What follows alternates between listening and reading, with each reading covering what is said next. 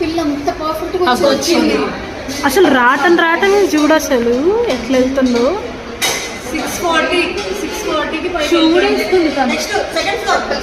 ఉంది కానీ ఫోటో తీయండి. అందగత్తే దొరకలేదు. అది చూడు అసలు ఎట్లా చూసిందిరా.